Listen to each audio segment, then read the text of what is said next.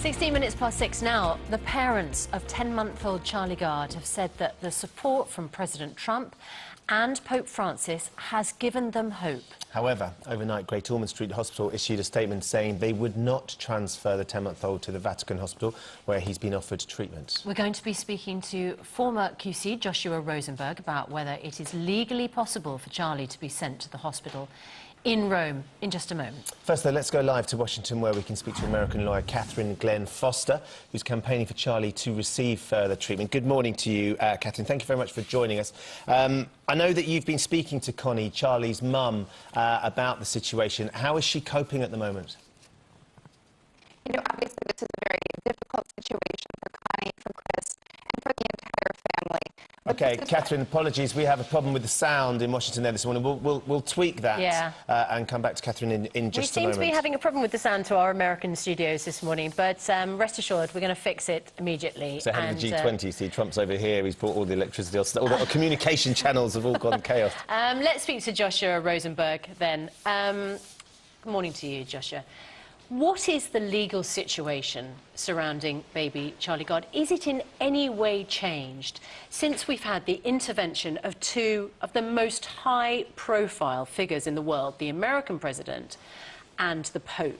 It is extraordinary that they've both got involved in this case, isn't it? But legally speaking, nothing has changed. The decision taken by a High Court judge as long ago as April has been upheld by the Court of Appeal, upheld by the United Kingdom Supreme Court, and last week the European Court of Human Rights said the case was inadmissible. That was the end of it, and they withdrew their request to the British government to put the case on hold.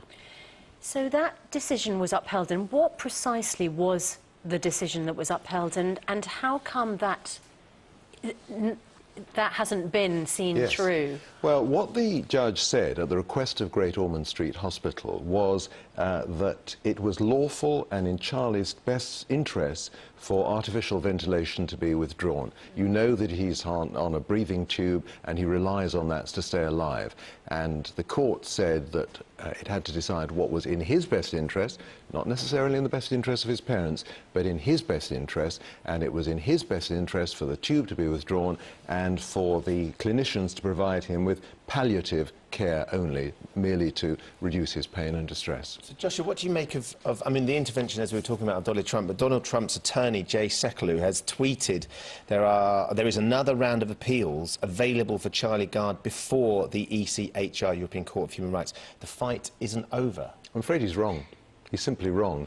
What the court said last Tuesday of last week, is that by a majority they endorsed the approach taken by the courts here in the United Kingdom, declared the application inadmissible. The decision is final, and that's why they lifted what they call interim measures, this temporary request not to do anything. That is the end of it. It is inadmissible. You can't go back to the European Court.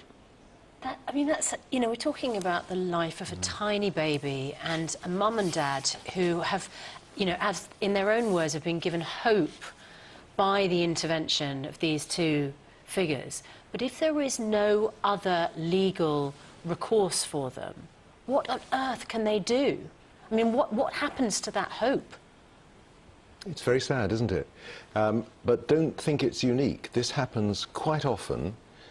The hospital haven't acted quickly. They're not under any time pressure. No. If they were to say that he could go to the United States or to the Vatican or to some other hospital, something they have now ruled out completely, then I suppose there might be an application to the court on behalf of Charlie, the lawyers who are looking after his interests, to say, well, that's not going to be lawful.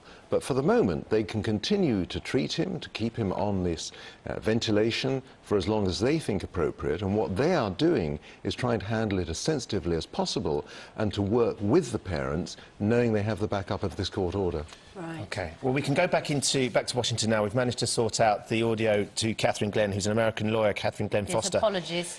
Who's campaigning for Charlie to receive further treatment. Catherine, apologies for that. Before the sound went down, you were just explaining that you've been speaking to Charlie's mum, Connie. How is she coping? It's obviously a very difficult situation for her, as it would be for any mother in this situation, as it is for Chris and for the entire family. This is what happens, though, when you have laws that are meant to protect life and promote life, and instead are being twisted to promote death. And so with a series of court decisions and these laws and the hospital, what we're seeing is that institutions that were meant to protect and support and come alongside the most vulnerable in society, the little guy, are being misused. And while we have great respect for the law, they're really being used to harm instead of to heal and to help.